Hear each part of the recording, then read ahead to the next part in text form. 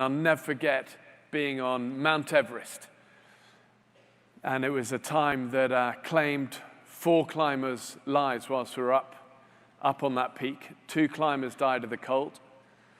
2 climbers we were with fell to their death. And it's just what high mountains do. You know, they kick the hell out of you. They repeatedly ask you the question, what are you made of when you're hurting? And I'll never forget the final few hours on that mountain. We were at 28,000 feet. We'd been climbing on Everest for over 55 days up there at this point. It's minus 40 degrees. The dark ice face of the final 2,000 feet just looms above, and I'm terrified. I really am. You know, I know the next 24 hours up here is going to change my life. But I also know that after so long at a high altitude, I'm weak now, really weak. And not just physically, just mentally exhausted. And I reach this point where I'm in this chest-deep powder snow in this steep couloir that's just never-ending. And every time I take a step, I keep sliding backwards. So I'm not even going forwards now, I'm going backwards. And I've really reached a point where I'm just no longer sure that I can do this. Really am not. And I got this voice inside getting louder.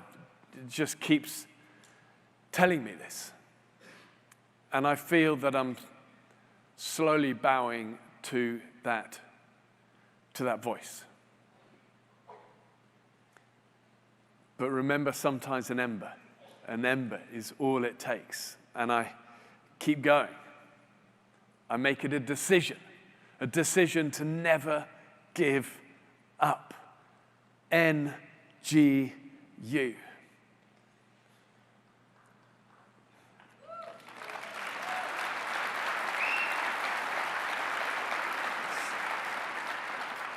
And you know, sometimes life gets reduced to those moments, as simple as that, 3 letters, NGU, and I make that decision and keep moving, and finally, that summit came, and I just remember collapsing to my knees as a wreck, but I'd made it, and we watched the dawn come up over Tibet, and just truly aware that you're standing somewhere special.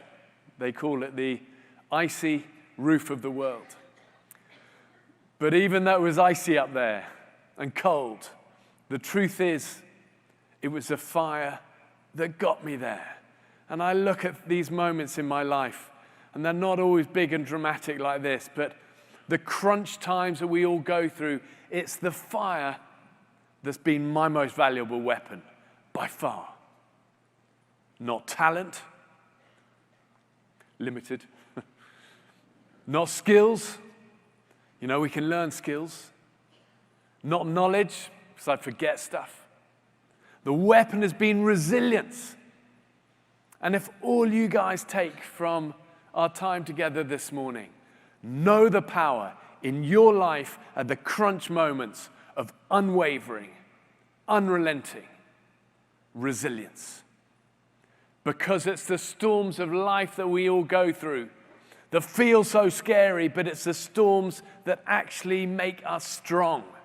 And as with all dark nights, sometimes you just gotta hang on in there doggedly. The dawn will always come. The light, as you know, the light always wins. And the fire, as we see in nature, the fire, all powerful.